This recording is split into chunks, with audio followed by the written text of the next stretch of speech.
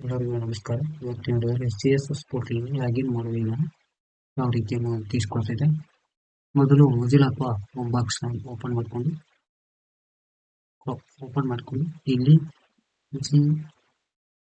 GBIZ.canara.bank.in enter ಮಾಡಿ ಈ ರೀತಿ ಒಂದು ಪೇಜ್ ಓಪನ್ ಆಗುತ್ತೆ. ಇಲ್ಲಿ ನೀವು ಯೂಸರ್ ಐಡಿ ಇದ್ರೆ ಯೂಸರ್ ಐಡಿ ಹಾಕಿ. ಇಲ್ಲಿ ನಾನು ನಮ್ಮದೇ ಆದಂತ ಯೂಸರ್ ಐಡಿ ಹಾಕ್ತಾ ಇದ್ದೀನಿ.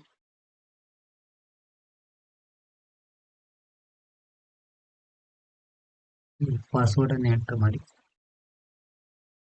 ಪಾಸ್ವರ್ಡ್ ಇಲ್ಲದ್ರೆ ಯಾವ ರೀತಿ ಫಾರ್ಗೆಟ್ ಮಾಡಬೇಕು ಅನ್ನೋ ವಿಷಯನ ತೋರಿಸ್ಕೊಡ್ತಾ ಇದ್ದೀನಿ.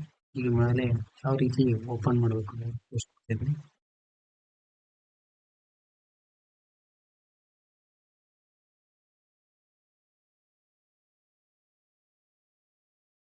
ಈ ರೀತಿ ಲಾಗಿನ್ ಆಗಿ ನೆಕ್ಸ್ಟ್ ಒಂದು OTP ಬರುತ್ತೆ ಮೇಲ್ಗೆ ಅಥವಾ ಮೊಬೈಲ್ ನಂಬರ್ಗೆ ಬರುತ್ತೆ. ನೀವು ಆಲ್ರೆಡಿ ರಿಜಿಸ್ಟರ್ ಆಗಿತ್ತಂತ ಮೇಲ್ ಐಡಿಗೆ ಅಥವಾ ರಿಜಿಸ್ಟರ್ ಆದಂತ ಮೊಬೈಲ್ ನಂಬರ್ಗೆ ಒಂದು OTP ಬರುತ್ತೆ.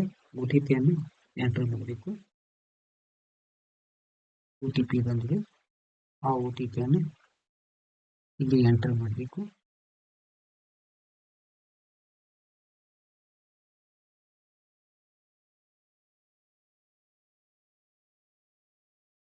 ಇಲ್ಲಿ ವ್ಯಾಲಿಡಿಟಿ OTP ಅಂತ ಕ್ಲಿಕ್ ಮಾಡಿ. ಎಕ್ಸ್ಟ್ರಾ ಒಂದು ಪೇಜ್ ಓಪನ್ ಆಗುತ್ತೆ. ಈ ರೀತಿ CSS ಪೋರ್ಟಲ್ನಲ್ಲಿ ನಾವು CSS ಪೋರ್ಟಲ್ ಲಾಗಿನ್ ಮಾಡ್ಬೋದು. ಇದರಲ್ಲಿ ನೆಕ್ಸ್ಟ್ ಯಾವ ರೀತಿ ಪೇಮೆಂಟ್ ಮಾಡಬೇಕು, ಯಾವ ರೀತಿ ವೆಂಡರ್ ರಿಜಿಸ್ಟರ್ ಮಾಡಬೇಕು ನೆಕ್ಸ್ಟ್ ವಿಷಯ ತಿಳಿಸ್ಕೊಡ್ತೀನಿ. ಈಗ ಮುಂದೆ ಫಾರ್ಗೆಟ್ ಪಾಸ್ವರ್ಡ್ ಯಾವ ರೀತಿ ಮಾಡಬೇಕು ಅನ್ನೋ ವಿಷಯನ ನೋಡಿ.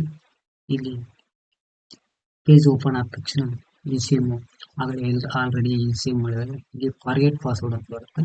ಈ ಫಾರ್ಗೆಟ್ ಪಾಸ್ವರ್ಡ್ ಮೇಲೆ ಕ್ಲಿಕ್ ಮಾಡಿ. ಇಲ್ಲಿ ಆಲ್ರೆಡಿ ಯೂಸರ್ ಐಡಿ ಇರುತ್ತೆ. ಮತ್ತೆ ಅಕಸ್ಮಾತ್ ಯೂಸರ್ ಐಡಿ ಗೊತ್ತಿಲ್ಲ ಅಂದ್ರೆ ಸ್ಕೂಲ್ದವರು ಬ್ಲಾಕ್ ಕೇಳಬೇಕು.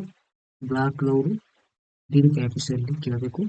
ಮತ್ತು ಹೈಸ್ಕೂಲ್ದವರು ಮತ್ತು DDP ಆಫೀಸಲ್ಲಿ ಯೂಸರ್ ಐಡಿ ಮತ್ತು ಡೇಟ್ ಆಫ್ ಬರ್ತ್ ಅಂತ ಕೇಳಬೇಕು. ಈಗ ನಾನು ಹಾಗೆ ಒಂದು ಯೂಸರ್ ಐಡಿ ಹಾಕಿ ತೋರಿಸ್ತಾ ಇದ್ದೀನಿ.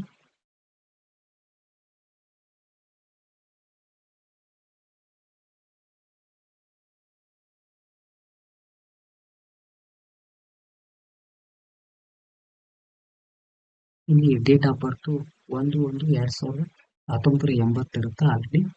ಆದರೆ ಆಕಸ್ಮಿಕವಾಗಿ ಅದು ಸರಿ ಇರಲಿಲ್ಲ ಅಂದ್ರೆ ನೀವು DDP ಆಫೀಸಲ್ಲಿ ಯಾವ ಡೇಟ್ ಆಫ್ ಬರ್ತ್ ಅನ್ನು ಹಾಕಿರೋ ಕೇಳ್ಬೋದು.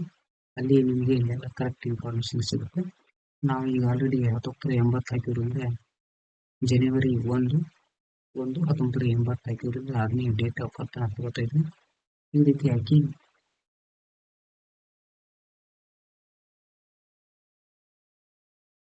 ಇಲ್ಲಿ ಸಬ್ಮಿಟ್ ಅಂತ ಕ್ಲಿಕ್ ಮಾಡಿ.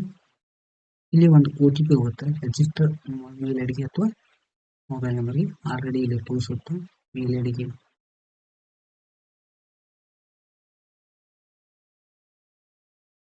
OTP ಇರುತ್ತೆ.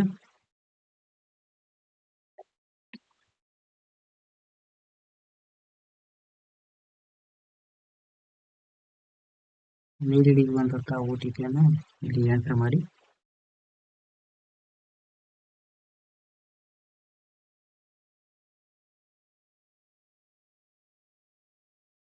ಹೀಗೆ ಸಬ್ಮಿಟ್ ಕೊಡಿ. ಸಬ್ಮಿಟ್ ಕೊಟ್ಟಿಂದ್ರೆ ನಿಮಗೆ ಮೇಲ್ ಐಡಿಗೆ ಒಂದು ಪಾಸ್ವರ್ಡ್ ಬಂದಿರುತ್ತೆ. ಆ ಪಾಸ್ವರ್ಡ್ ಏನು ಹಾಕಿಕೊಂಡು ನೀವು ಹಳ್ಳಿ ರೀಸೆಟ್ ಪಾಸ್ವರ್ಡ್ ಮಾಡ್ಕೊಳ್ಳಿ. ಅವಾಗ ನೆಕ್ಸ್ಟ್ OTP ಓಪನ್ ಆಗುತ್ತೆ.